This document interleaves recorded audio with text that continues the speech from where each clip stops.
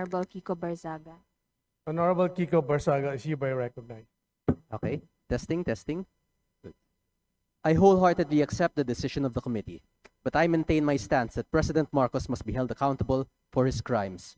Too many people have died and too much money was plundered from the Filipino people for us to stand down now. Whatever punishment may fall upon me and others who stand against this president who has lost his constitutional mandate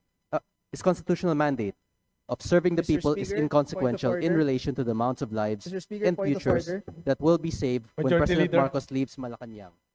It took the deaths and imprisonment Point of Majority order, Leader. Mr. Speaker. To bring Marcos Sr. to Point of justice. order, Mr. My Speaker. punishment is only the beginning of our fight against the Mr. Speaker, may we recognize Chairman Abalos for the point of order. Mr. Speaker, point of order. Honorable JC Barzaga is JC Mr. Abalos is hereby Speaker, recognized. Mr. Speaker, may I be recognized? The respondent has already spoken. He has said that he has accepted the imposed penalty under the committee report. Therefore, I reiterate the motion to consider